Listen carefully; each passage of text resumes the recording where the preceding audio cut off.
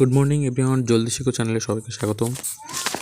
আজকে আমাদের আলোচিত বিষয় হলো BEd course 1.1.2 first half contemporary India and এডুকেশনের 10 মার্কের কোশ্চেন।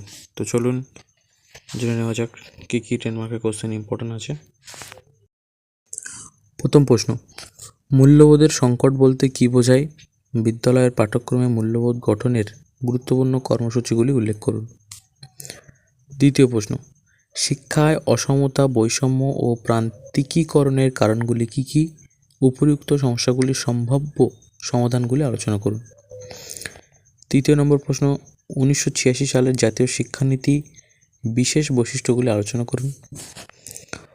চতুর্থ প্রশ্ন, শিক্ষা যুগ্ম তালিকাভুক্ত কেন্দ্রীয় ও রাজ্য স্তরের প্রয়োগ সম্বন্ধে টিকা লিখুন। এবং সর্বশেষ তথা পঞ্চম প্রশ্ন, শিক্ষায় সমসুযোগের অন্তরায়গুলি কী কী? শিক্ষায় সমসুযোগের সমস্যাগুলির সম্ভাব্য আলোচনা করুন। Thank you.